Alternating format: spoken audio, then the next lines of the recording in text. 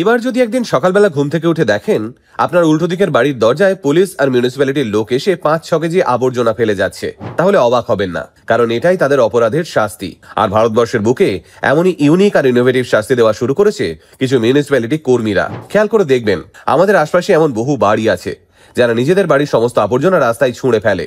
আবর্জনা সংগ্রহ করার কর্মী বাড়িতে এলেও কিংবা বাড়ির কাছে কোথাও ভ্যাট থাকলেও এই ধরনের মানুষেরা রাস্তাতেই আবর্জনা ফেলতে বেশি পছন্দ করেন। এমন অভদ্র লোকেদের শায়েস্তা করবার জন্যই এবার নতুন শাস্তি চালু করেছে বেঙ্গালুরু শহরের মিউনিসিপ্যালিটি কর্মীরা।